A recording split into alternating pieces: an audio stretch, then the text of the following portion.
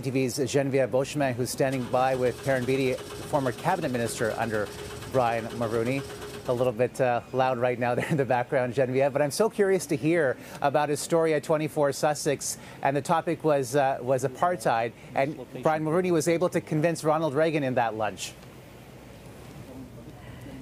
Well, we were talking about the fact that you have a story about Mr. Mulroney having a lunch with, he was able to convince Mr. Reagan in that lunch. Tell us a little bit about those moments with Brian Mulroney.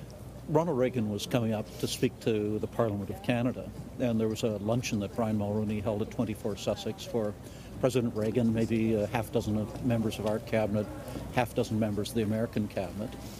And it was a very informal discussion over lunch. It covered a variety of topics, but they got onto the question of South Africa, where Brian Mulroney felt passionately, where Margaret Thatcher was fiercely opposed to Canada's position in favor of Nelson Mandela, and where Ronald Reagan was somewhere in the middle. And at one point, Brian Mulroney turned to Ronald Reagan and he said to him, "Ron, these people who are there are Nazis. They're on their way out. The United States has to be on the right side of history." I was so struck by the fact that this was, only if you were a friend could you talk to the President of the United States in that way. Reagan took no offense to this at all. He wasn't persuaded at the end of the day, but it was a case of Brian Mulroney being prepared to stand up for what he thought was right. And because of the very strong relationship he had with Reagan, it was possible for him to say it very directly to him. You bring up two aspects there. One of them is the fact, what was it about his personality? What was it about Mr. Mulroney that he was able to build those bridges, build those friendships with people like Ronald Reagan? I've never seen anybody who's better than Brian Mulroney was in terms of outreach. Just the calls you would get that you were never expecting, the way that he would reach out to political opponents, not with a point of view of how do I get publicity for this or some sort of advantage, but just as an act of generosity.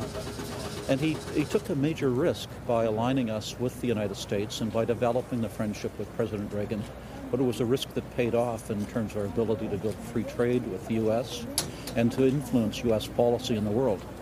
So the personal relationship was extremely important on so many levels. He talked about taking a risk, taking a political risk, of course, here in this country. He didn't do what was popular all of the time. What do you think and how did that work into his legacy? Well, I think the important thing is he often said to us that, yes, there'll be short-term opposition to what we're doing, but we've got to do what we think is right, and history will be the judge.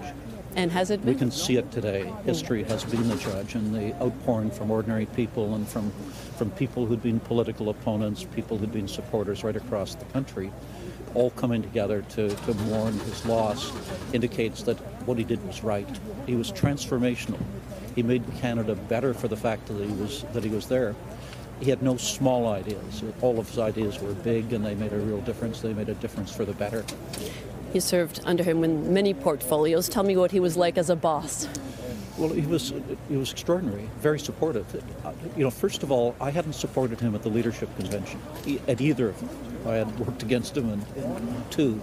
Fully expected after he became leader in 1984 that I would be sent into exile, and that was possibly the end of my career. It was just exactly the opposite. He reached out to those of us who hadn't been with him, brought us into the center, and I spoke to him one day about that. He said, the day that the convention was over, a page was turned, and it's where do we go from here? So he was generous to me personally and to his friends and people who'd been his opponents. He believed in cabinet government. That's something that we've lost since then, unfortunately, but essentially as a minister, my instructions were, you know what the government's policy is, stick to the policy.